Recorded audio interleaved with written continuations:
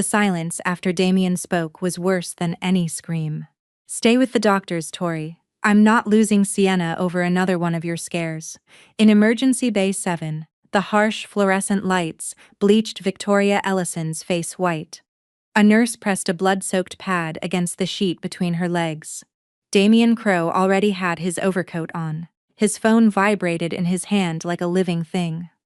On the other end, Sienna Vale's voice cracked with perfect, practiced panic, begging him to come to the hotel before she did something irreversible. Dr. Elena Brooks tried to stop him. She explained that his wife was showing clear signs of premature placental abruption, that the baby could go into distress at any second. Damien didn't let her finish. He peeled Tori's fingers off his sleeve, left his platinum wedding band clinking against the metal bed rail, and walked out without looking back. No one in the room knew what to say. Tori didn't either. She only stared at the closed door and understood, with sudden and absolute clarity, that her marriage had shattered before her body did. She was 29 years old, 31 weeks pregnant, and had spent the last hour trying to convince everyone the pain wasn't that bad. She had arrived at the downtown Chicago hospital doubled over, Damien at her side. From the moment they walked through the sliding doors, he had checked his watch like this was an inconvenient meeting he needed to escape. When the fetal monitor let out a sharp, warning drop, Tori reached for her phone. She called once. Damien declined. She called again. The ringing lasted longer, as if he was hesitating. On the third try, someone answered without speaking. She heard upscale hotel lobby music, a woman's careful breathing, and Sienna's voice murmuring that she shouldn't ruin their night. Then the call dropped. That was the moment Tori stopped begging. 6 years earlier, Victoria Ellison had walked out of a sprawling estate in Lake Forest, with one suitcase, and a conviction that felt unbreakable at the time. Love could build a cleaner life than power ever could. She was the only daughter of Arthur Ellison, founder of a healthcare empire that stretched into private banking, pharmaceutical labs, and high-end insurance. Her father had tried to warn her. Damien Crowe, then a real estate developer teetering on the edge of bankruptcy, asked too many questions about her family and moved too fast. Tori refused to listen.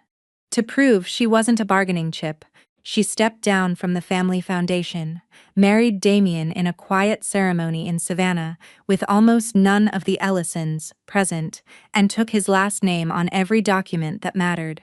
Arthur attended, but stayed in the back.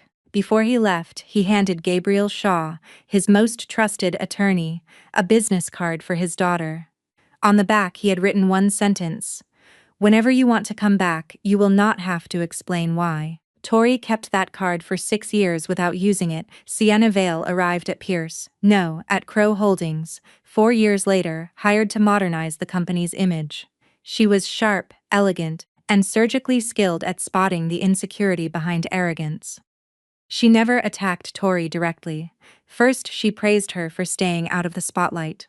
Later, she suggested, with a soft laugh, that a discreet wife was perfect for a man destined to network with far more ambitious women. Damien laughed the remarks off as jokes, but he started coming home later, hiding his phone, canceling dinners with excuses that barely held together. When Tori discovered she was pregnant, she believed the news would close the distance between them. For a few weeks, Damien kissed her forehead again and talked about the nursery. Then he began traveling with Sienna, defending her with an energy he never used to protect his wife, and growing irritated whenever Tori asked questions. She saw photographs, receipts, half-deleted messages. She chose not to put the pieces together. Admitting the truth would have meant admitting she had severed ties with her father, hidden the financial help she had given Damien, and spent years defending a man who may never have loved her sacrifice. Only the comfort it provided him. On the afternoon of the emergency, Damien had promised to take her to a routine checkup. Tori had felt pressure in her abdomen for days, along with a dark premonition she didn't dare name. In the car, he answered 2 texts from Sienna and smiled in a way he no longer smiled at his wife. Before they reached the clinic, a sharp pain tore through her and warmth spread between her legs. Damien slammed the brakes near the ER entrance, but even as they rushed her into the trauma bay, he never let go of his phone. When Dr. Brooks said they needed to observe her immediately, he asked how long it would take because he had an important meeting. Then came Sienna's call. She had booked a suite at a nearby luxury hotel. When she learned Damien was with his wife, she staged a panic attack, claimed she had taken pills, that she couldn't breathe, that if he didn't come, she would take their affair public. Damien chose to believe the threat that suited him best. Now, in the present, Dr. Brooks pulled a chair up to the bed and spoke with a bluntness that left no room for soft lies. The baby was still alive, but the heart rate was abnormal. They could try to stabilize the pregnancy, though an emergency C-section might become necessary. Tori needed to avoid any emotional distress and sign consent forms for several procedures. The word consent made her hand stop. Throughout her marriage, she had signed documents to make Damien's life easier: guarantees, temporary assignments, limited powers of attorney, permissions to move joint capital. That night, for the first time, signing could serve as a way out of his reach. She asked if she had the right to request a transfer. Dr. Brooks frowned and said that from a medical standpoint, moving her carried heavy risks unless the destination had a top-tier maternal-fetal unit and a team standing by. Tori opened her wallet with trembling fingers. Between a photograph of her first ultrasound and a premium bank card she barely used, she found Gabriel Shaw's aged business card. She had spent 6 years refusing to dial that number. Gabriel answered on the first ring. He did not ask why she was calling so late or why her voice sounded like it was breaking. He simply said her name with a calm that made Tori close her eyes. It took her several seconds to find the words. "I'm in the ER. Damien left. The baby is in danger. I want to come home." On the other end there was a brief silence, not of surprise but of deep restraint. Gabriel told her not to move, that a medical team from the Ellison network would contact Dr. Brooks, and that he would notify Arthur. Tori felt a wave of fear at the sound of her father's name. She asked if he was angry, if he would even receive her after so many years of distance. Gabriel replied that Arthur had never closed the door, even though he had respected her decision not to walk through it. That sentence pierced the armor Tori had held up for far too long. She did not cry for Damien. She cried because she realized she had confused independence with isolation and pride with loyalty. She had defended a husband who abandoned her while avoiding a father who had waited without demanding an apology. Dr. Brooks spoke on the phone with a specialist from Ellison Medical Center of the North Shore, a private institution 40 minutes outside the city, renowned for its neonatal unit. At first the doctor hesitated. Tori's blood pressure was unstable, and any transfer had to be done in an advanced life support ambulance. 10 minutes later she received confirmation. A team already mobilized, an operating room prepped, a medevac helicopter on standby if the highway jammed. The efficiency didn't just reveal money. It revealed absolute foresight. Dr. Brooks looked at Tori differently and asked if she belonged to the Ellison family. Tori said yes, although she had not used the name in years. The doctor asked no further questions. She explained that as a conscious patient, Tori could authorize the transfer and restrict access to her medical records under HIPAA, provided the risks were documented. Tori requested that no information whatsoever be given to Damien Crowe without her express consent. She also asked that the internal hospital registry identify her as Victoria Isabel Ellison. Pronouncing her full maiden name gave her a strange sensation, as if she were reclaiming a part of herself she had left locked inside her father's house. While they prepared the paperwork, Nurse Lila Grant found Tori's wedding band among the sheets. She handed it over, thinking it had slipped off by accident. Tori held it in her palm. It was a simple platinum band Damien had slipped onto her finger during that small ceremony in Savannah, back when he still talked about building a family different from the ones they knew. For years that ring had represented a promise. Now it weighed like evidence. Tori asked if they could leave it in an envelope, along with a copy of the transfer request. Dr. Brooks warned her that Damien might interpret it as a final decision. Tori replied that if a man needed a piece of jewelry to understand he had abandoned his wife during an obstetric emergency, then the marriage was already over long before she took the ring off. There was no rage in her voice. That absence of rage was more unsettling than any dramatic scene. Nurse Lila placed the ring inside a clear evidence envelope, noted the time, and left it on the bedside table. Tori watched the gesture with a newfound serenity, even though every contraction reminded her she could still lose everything. At the hotel, Damien found Sienna sitting in front of a mirror with her makeup completely intact and a glass of champagne in her hand. There were no pills, no ambulances, no signs of a crisis. When he demanded an explanation, she hugged him and said she needed to see if he would truly choose her. Damien pulled away, but he did not immediately return to the hospital. The vanity of having been chosen by an admired woman in his company eased his guilt for a few minutes. Sienna assured him that Tori was exaggerating, that pregnant women always had spotting and scares, and that a private hospital would never let anything serious happen. Then she slid Damien's phone across the table and blocked Tori's number. He saw it and did nothing to stop her. That omission would later become one of the memories he could never justify. At 11 at night, while Sienna talked about future trips, Damien finally looked at his missed calls. There were 3 from Tori and 1 from the hospital. He felt a jolt of unease, but told himself that if the situation were truly critical, someone would have kept calling. He did not realize that no one needed to locate him anymore. The transport ambulance arrived shortly before midnight. 2 doctors, a specialized midwife, and a technician walked in with a portable incubator, medications, and an advanced monitor. Dr. Brooks reviewed every detail before allowing them to move Tori.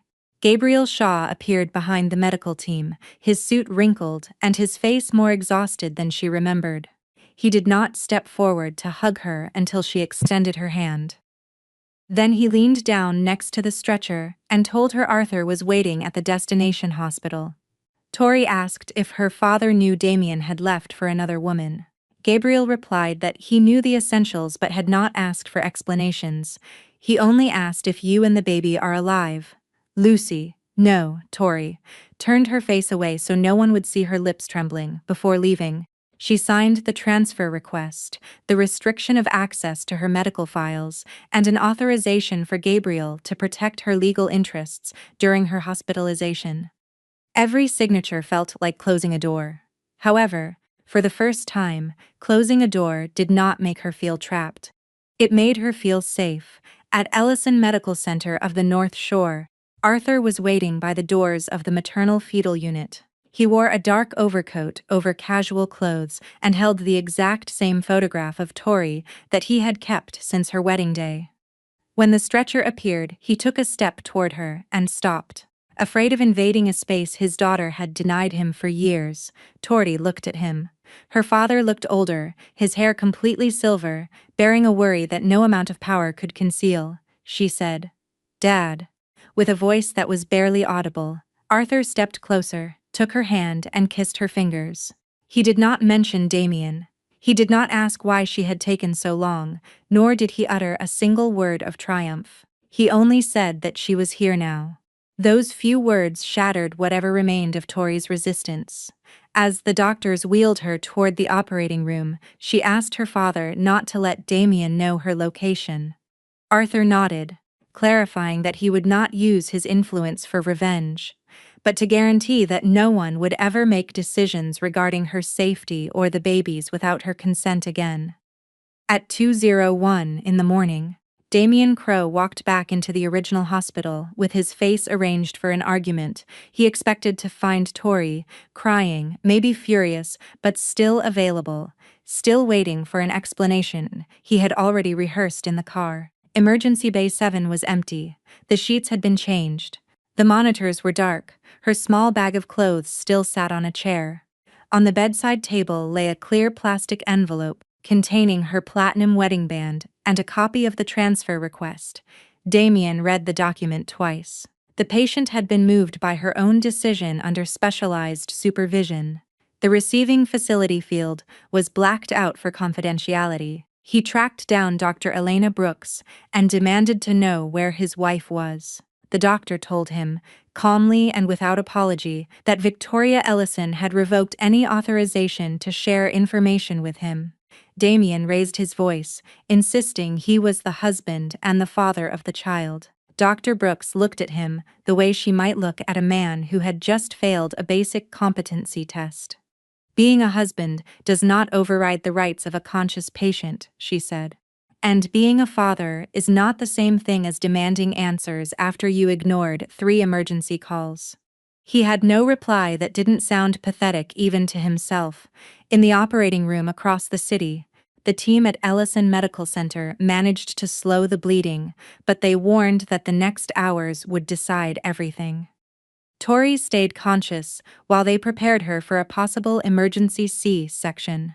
Arthur waited behind the glass with Gabriel Shaw at his side. The attorney handed him copies of the signed privacy restrictions and explained that Tori had also asked to begin separation proceedings as soon as her condition allowed. Arthur closed his eyes for a moment. He could have used the news to confirm every warning he had ever given his daughter. He didn't. He only asked what she needed to be fully protected. Gabriel answered that beyond medical privacy, they needed to review every financial guarantee tied to Crow Holdings. Any marital conflict could put assets belonging to Tori at risk. Arthur ordered a complete audit, quiet, thorough, and without the appearance of revenge.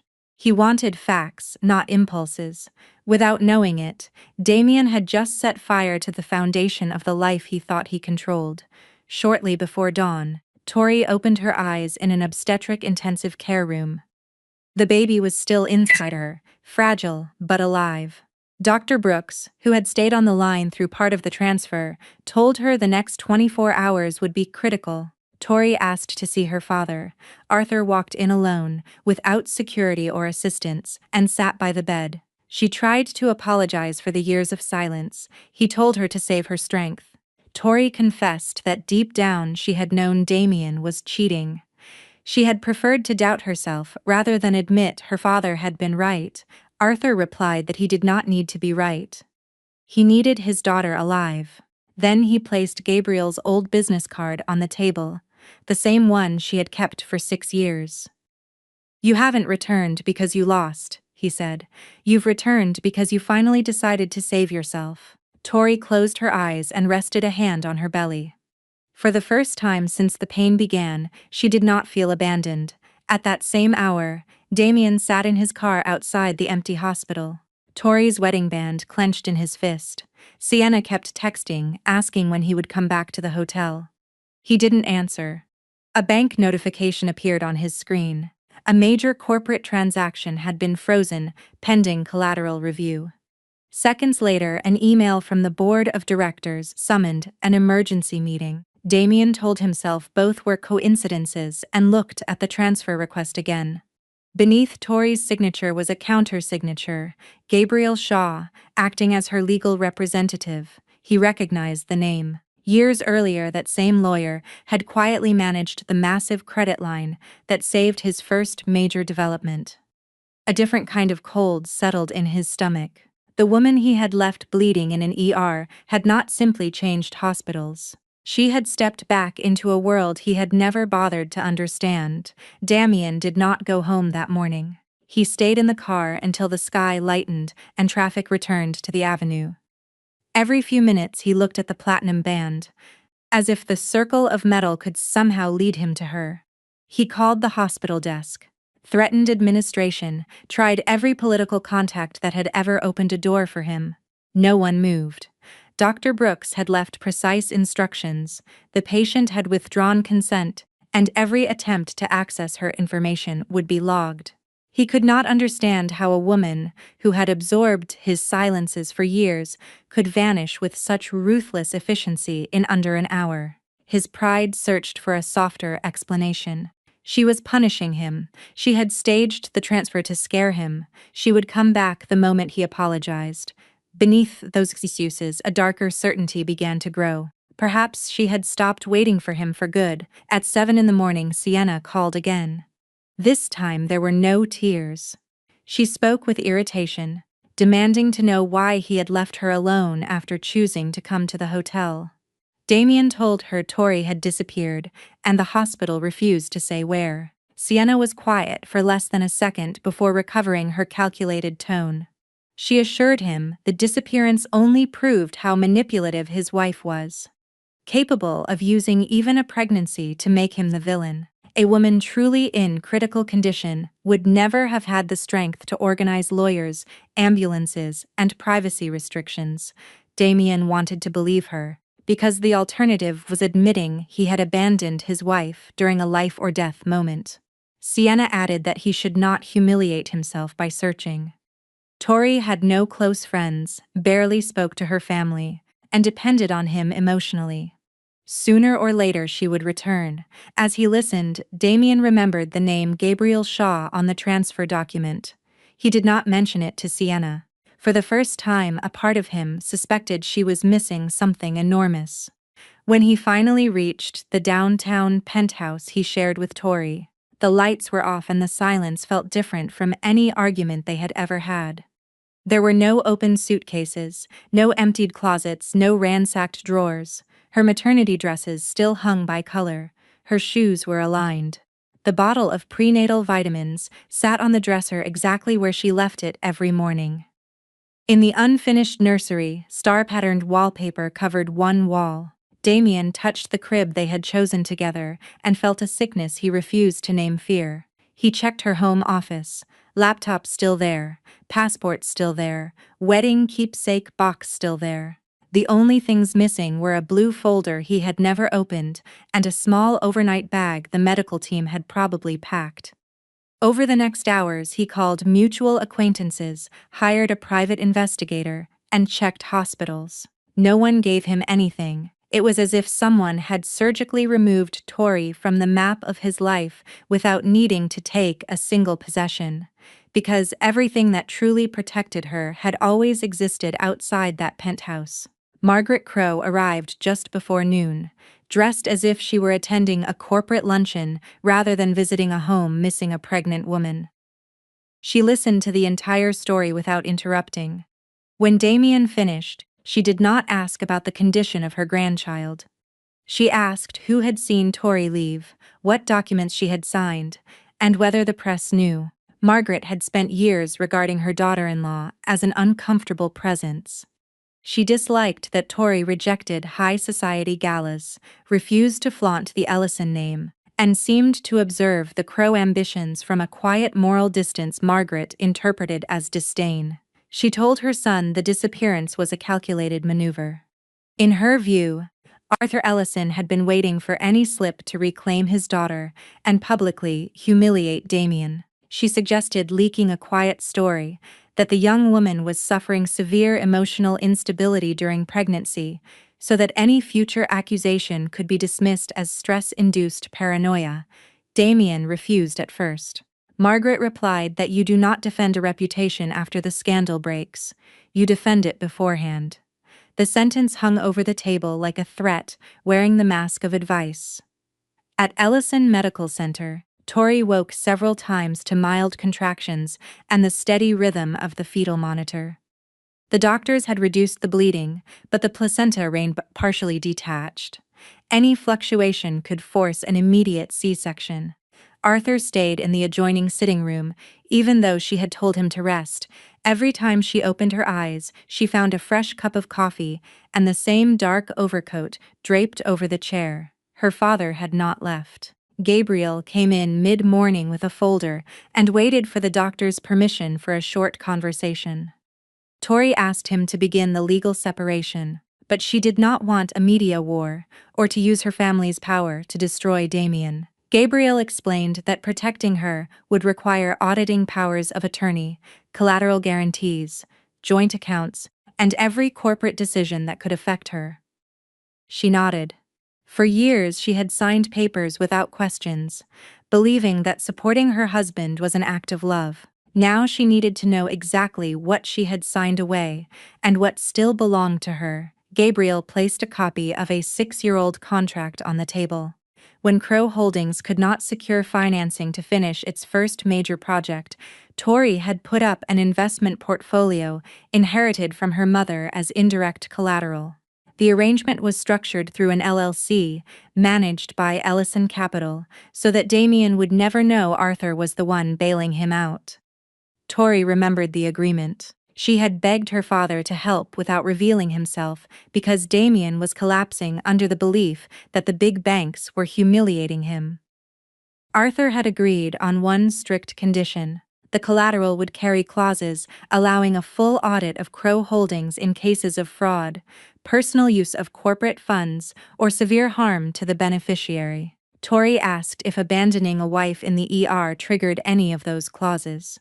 Gabriel answered that the issue was not punishing infidelity. It was verifying whether that behavior connected to financial misconduct, hidden assets, or decisions that endangered her wealth and the baby's future. The audit had already begun. Ellison Capital's attorneys had already found repeated payments from Crow Holdings to a luxury hotel, high-end car rentals, jewelry, and flights logged as corporate representation expenses. The dates matched periods when Damien claimed to be meeting out-of-state investors. Several reservations tied directly to Sienna Vale's corporate email. It was not yet enough to prove criminal embezzlement, but it was more than enough to justify an internal audit and temporarily freeze the massive credit line backed by Tori's assets. Arthur received the briefing in the hospital corridor. His first instinct was to pull every guarantee immediately. Gabriel reminded him that a sudden aggressive move could destroy hundreds of innocent jobs and be framed as a bitter father's revenge. Arthur exhaled and agreed to proceed strictly by the book.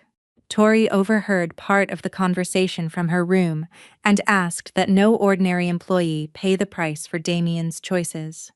Even while severely injured, she was still thinking about the people who could be caught in the crossfire. Her father looked at her with a mixture of pride and deep sadness, knowing that same compassion had been used against her too many times. At Crow Holdings, the banking notification arrived during a treasury meeting. Damien read that the institution was temporarily suspending several operations pending review of collateral tied to a specific investment firm. The CFO explained that without the credit line, they would struggle to meet vendor payments by week's end. Damien demanded to know who had requested the review. No one had an answer. Minutes later, the chairman of the board called an emergency session to examine representation expenses and obvious conflicts of interest. Damien felt the floor tilt. He called Gabriel Shaw. The lawyer did not answer. He dialed Arthur Ellison and met the same silence. Sienna walked into his office without knocking, irritated that he had not returned to the hotel. When she saw the financial documents spread across the desk, her expression changed. She asked if this had anything to do with Tori. Damien said he did not know, though he was beginning to understand that his wife's disappearance and the sudden financial pressure were not separate events. Sienna hugged him, but her eyes stayed fixed on the invoices. That afternoon, Margaret called a society journalist with whom she traded favors. She gave no names, but implied that a woman connected to a major corporate dynasty had suffered a severe mental break during pregnancy and fled a hospital against medical advice. She wanted a preemptive narrative. If Tori reappeared with accusations, she would already look unstable. The rumor moved first through private circles and then reached several employees at Crow Holdings. Sienna used it to strengthen her own position, telling colleagues the company needed to prepare for false claims arising from a messy marital dispute. An assistant named Maya Quinn listened with growing discomfort.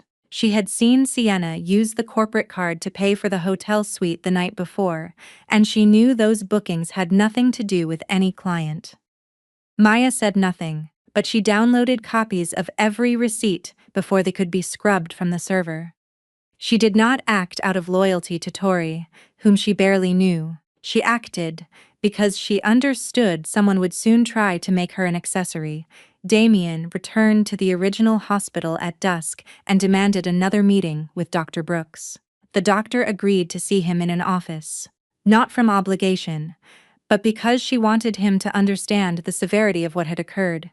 She told him Tori had arrived with internal bleeding, contractions, and dangerous drops in the fetal heart rate. She also told him the transfer had been executed with excellent medical support, but the danger was far from over. Damien asked if his baby was still alive. Dr. Brooks answered that she no longer had legal authority to share clinical updates with him. He slammed his hand on the desk and accused her of treating him like a stranger. The doctor kept perfect composure. "You decided to become a stranger the moment you walked out," she said. Damien tried to justify himself. Sienna had threatened self-harm.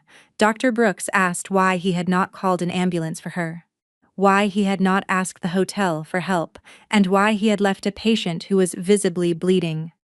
He found no answer that survived the light.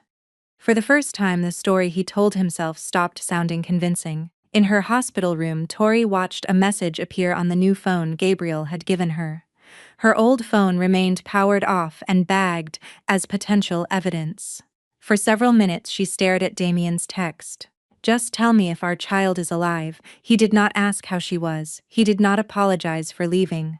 Tori felt the old instinct to reply, the same instinct that had always rushed to reassure him, even when he was the one causing the damage. Then the doctor walked in to check the monitor. The baby's heart rate had dipped again. As the team adjusted her IV, Tori understood that every spike of emotion carried a physical cost. She decided not to hand her stability to a man who only remembered his child when he feared losing control. She told Gabriel that all future communication would go exclusively through the attorneys. Then, she deleted the drafted reply without sending it. It was not cruelty. It was the first clear boundary she had drawn in 6 years of marriage. The next day, the doctors confirmed the hemorrhage was contained, though Tori had to remain admitted and ready for immediate surgery. The possibility of losing the baby still hung over the room. Gabriel brought the initial divorce filings and explained. She did not need to sign everything at once. Tori read every page slowly. She did not ask for a disproportionate settlement or Damien's financial ruin. She asked for ironclad protection of her own assets, a forensic audit of their joint accounts, and strict orders preventing the Crow family from making any decisions about the child without a court order. When she reached the custody section, her hand trembled. She did not want to erase Damien as a father, but she could not pretend his actions carried no weight. She wrote a note requesting supervised visitation until a judge could evaluate his fitness. Gabriel asked if she was certain. Tori answered that fatherhood was not a participation trophy handed out for sharing a last name. It had to be earned with presence, care, and truth. She signed only the initial petition. The sound of the pen against the paper felt more final than the soft clink of her wedding band against the hospital bed rail the night before. The emergency board meeting began at 9 sharp in a glass-walled conference room. Overlooking the gray Chicago skyline, Damien took the head seat, trying to project the same iron confidence he had used for years to push bankers and contractors. That morning, no one avoided his eyes out of respect. They avoided them out of distrust. Spread across the mahogany table were copies of invoices, luxury hotels, first-class flights, jewelry, private dinners, all charged to corporate accounts. The CFO explained that dozens of the transactions were linked to public relations campaigns that had never existed. Sienna sat 2 chairs away, a closed folder in front of her, expression carefully neutral. When asked about the hotel bookings, she claimed they were confidential meetings with prospective, silent partners. A board member demanded names. She answered that she was bound by non-disclosure agreements. Then the double doors opened. Gabriel Shaw walked in, flanked by 2 forensic auditors from Ellison Capital. Damien understood at once that the crisis was no longer a private marital matter. Gabriel did not mention Tori as he took his seat. He introduced himself solely as the legal representative of the holding company that guaranteed the primary debt structure of Crow Holdings and requested immediate access to the original master contracts.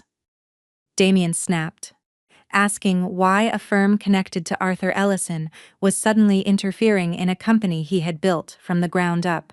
Gabriel stared at him for several long seconds and asked that the financing agreement from 6 years earlier be projected on the screen. A complex web of shell companies, collateral clauses, and guarantees that Damien barely remembered appeared on the monitor. He had signed that stack of papers during the darkest week of his career. Union workers unpaid, a high-rise half-finished, every bank in the city closed to him. At the time, he had believed an international equity firm had recognized his talent. Gabriel pointed to the section defining the ultimate beneficial owner of the collateral. Buried under the fiduciary structure was a full name Damien had never bothered to read carefully: Victoria Isabel Ellison. The boardroom fell silent. Even Sienna lost control of her expression for a fraction of a second. Damien stood, accusing Gabriel of forging documents. The attorney replied calmly that the contracts carried state seals and could be verified by any federal judge within hours. He explained that Tori had used a substantial portion of the inheritance from her late mother to backstop the funding, but had insisted Damien never know she was the one saving him. She had not wanted her husband to feel he owed his entire empire to the Ellison name. She had also asked Arthur to stay completely out of the company's management and had never used the financial leverage to interfere in their marriage. Damien suddenly remembered a night 6 years earlier. He had come home to their small apartment, certain he was about to lose everything. Tori had held him on the floor and promised they would find a way. 2 days later, the massive credit line was approved. He had taken the miracle as proof of his own genius. He had never asked why Tori looked so drained, or why she had quietly gone to see her estranged father after months of silence. A board member asked if Ellison Capital had the right to seize the company. Gabriel clarified that they were not attempting a hostile takeover. The collateral agreements contained strict oversight clauses that activated in cases of fraud, concealment of assets, personal embezzlement of corporate funds, or any deliberate action that endangered the financial well-being of the beneficiary. The payments tied to Sienna Vale fully justified a forensic audit. Damien demanded to know if Tori was driving the assault. Gabriel answered that she had explicitly asked them to protect ordinary employees and avoid unnecessary damage to the business itself. That answer cut deeper than any threat, because it proved Tori was still thinking about people whose names she did not even know, while his first instinct had been to protect his own image. Sienna spoke, voice unnervingly steady, claiming every invoice had been authorized. The board stared at Damien. He did not deny the emails. He admitted, weakly, that he had believed he could keep his private life separate from corporate responsibility. Tori's earlier words, relayed through Gabriel, settled over the room. There had never been a firewall. Every lie at home had been funded by the labor of the company's workers. Gabriel then projected the draft of a conservatorship document that Margaret Crowe and Sienna had prepared. The language would have stripped Tori of voting rights, transferred temporary guardianship to Damien, and given the Crowe family unilateral power over the child's trust. Margaret tried to claim the draft had never been notarized. Gabriel replied that the intent alone was enough. Before the meeting adjourned, agents from the FBI's white-collar division entered the room. Warrants covered wire fraud, forged digital authorizations, and destruction of corporate records. They collected Sienna's devices and informed her she was being taken into custody for questioning. She turned on Damien and Margaret in the same breath, shouting that he had spent the money and that Margaret had promised her a permanent place at the table if they succeeded in removing Tori. Neither woman looked like a strategist anymore. They looked exposed. The board voted unanimously to suspend Damien as CEO pending the federal investigation. His access badges were revoked, executive accounts frozen, and an independent restructuring committee placed under Ellison Capital's oversight. Damien accepted the decision in silence. After watching Tori on a hospital monitor, the loss of a title felt secondary. He asked to speak to his wife. Tori agreed, but only with Gabriel present on the feed. When the room cleared, Damien stood in front of the camera and asked about the baby. Tori told him their daughter had survived the night, though she remained on a ventilator and would stay in the NICU for months. Damien covered his face and broke. He said he only wanted to see her. Tori answered that wanting was not enough. He would not pass hospital security without a court-appointed supervisor and a judge's order. He begged forgiveness for not being in the operating room. She reminded him that his absence had not begun that night. It had begun the first time he dismissed her instincts as overreaction, and every time afterward that he allowed other people to treat her as disposable. He asked if any part of their family could still be saved.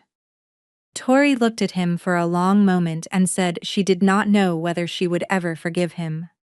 But she knew with certainty she was not returning to the marriage. He tried to remind her of the good years. She agreed those years had existed, which was exactly why it had taken her so long to leave. She had mistaken memory for obligation. Sienna had built a lie, Tori said, but Damien had chosen to live inside it. After the feed ended, Margaret intercepted him outside the boardroom. She clutched his jacket and begged him not to let the Ellisons take everything. Damien looked at his mother with exhausted clarity and told her Aurora was not a corporate asset, and Tori was not real estate they had failed to insure. He ordered her to leave the penthouse before Tori's lawyers arrived. Margaret left without another word. Before her elevator reached the lobby, a notification informed her she had been removed from the family foundation and her personal accounts frozen pending audit. Tori underwent an emergency C-section that same night. Aurora Crow entered the world 3 pounds 2 ounces and fighting. For the first hours the only sound in the NICU was the rhythmic push of the ventilator. Tori, still raw from surgery, insisted on being wheeled to the glass. She placed her hand against the incubator and made a quiet promise. She would never teach her daughter to tolerate harm in order to keep a family intact. 3 weeks later, the divorce petition was formally served. Damien did not contest the core terms. He surrendered any claim to Tori's separate assets, accepted supervised visitation, and agreed to a forensic accounting of every joint account. The final decree cited abandonment, infidelity, and breach of fiduciary duty. When Gabriel handed Tori the stamped papers, she did not celebrate. She folded them and placed them in a lockbox beside Aurora's NICU identification band and the first ultrasound photograph. Artifacts of a life she had survived and a new one she was building. She also received a small cardboard box recovered from the penthouse. Inside were her old journals, sonograms, and the platinum wedding band she had left on the hospital bed rail. Damien had kept it until his attorneys forced its return. Tori turned the band between her fingers. The panic of that night was gone. Only a heavy, quiet grief remained for the woman she used to be. She took the ring to a jeweler on the Gold Coast and had the platinum melted and recast into a small star pendant for Aurora. On the back she had a single date engraved, the night she signed the transfer papers and chose to live. She refused to let her daughter inherit a symbol of a cage. She wanted her to wear proof that even the worst night could be reshaped into something that endured. In the months that followed, Tori founded the Aurora Ellison Foundation. Its purpose was precise: rapid medical response, emergency legal support, and safe housing for pregnant women trapped in financial or domestic control. Arthur provided the initial endowment. But Tori wrote bylaws that kept the board independent and the finances transparent. She was not building a vanity project to clean the family name. She was building an exit route she herself had needed, and almost not found. Dr. Elena Brooks became the foundation's medical director. Gabriel recruited a network of family law attorneys willing to work at speed. The first shelter opened only blocks from the hospital, where Tori had nearly lost everything. When reporters asked her to discuss the divorce, she declined. She offered one sentence instead. No woman should have to choose between her survival and the fear of admitting her marriage is already over. The first clients arrived within days. A waitress locked out of her apartment, a teenager without papers, a mother whose husband had taken her passport and bank cards. Tori walked the halls with Aurora strapped to her chest, listening more than she spoke. She knew her resources had opened doors, but dignity came from handing other women the keys and letting them decide when to walk through. Damien attended court-ordered therapy and never missed a supervised visit. In the beginning, he talked too much about his own guilt, as if performing remorse could accelerate forgiveness. The court psychologist shut it down. Self-punishment was still a form of self-focus. He needed to concentrate on Aurora's oxygen levels, not on Tori's opinion of him. Gradually, he learned to arrive early, to ask permission before touching the baby, to leave when the nurse said time was up. When Aurora spiked a fever, he called Gabriel, offered to cover a private pediatrician, and waited for information instead of demanding entry. Months later, the judge loosened the restrictions, allowing short public outings. Damien understood he would never regain his wife.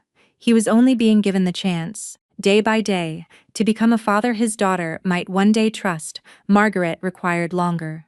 Social Chicago closed its doors. The foundation that had once burnished her name froze her out. She spent a year in an empty house blaming everyone else until the isolation and her son's silence forced a reckoning. She entered treatment. Tori did not open the door. A late insight did not purchase access to a child.